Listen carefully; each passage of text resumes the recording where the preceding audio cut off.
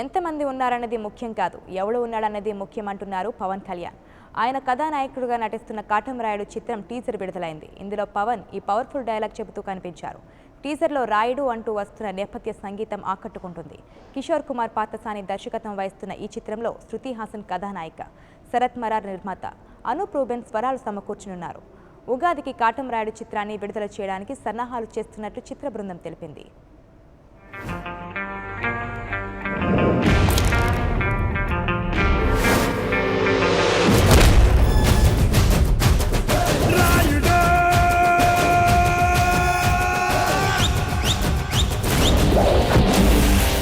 ఎంతమంది ఉన్నారన్నది ముఖ్యం కాదు, ఎవడున్నాడన్నది ముఖ్యం.